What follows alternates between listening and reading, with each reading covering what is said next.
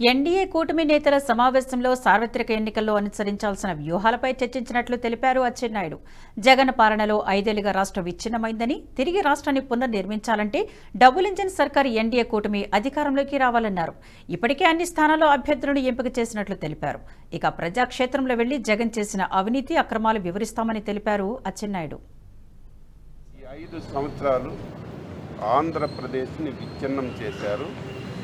మళ్ళీ ఆంధ్రప్రదేశ్ పునర్నిర్మించాలని ఏకైక ధ్యేయంతోనే ఈరోజు ఈ 3 పార్టీలు కలిసి పనిచేయాలని చెప్పి నిర్ణయం చేశాం.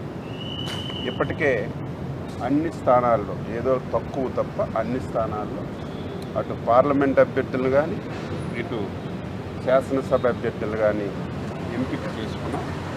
ఇప్పుడు 3 పార్టీలు కలిసి ప్రజాక్షేత్రంలోకి వెళ్ళి ఈ ప్రభుత్వం చేసినటువంటి అవినీతిని కానీ అక్రమాలు కానీ ఈ రాష్ట్ర విచ్ఛిన్న చేసిన విధానాన్ని ప్రతి ఒక్కరికి చెప్పాలనే ఉద్దేశంతోనే 3 పార్టీలు సమన్వయం చేసుకోవాలని ఈరోజు సమావేశంలో నిర్ణయించాం.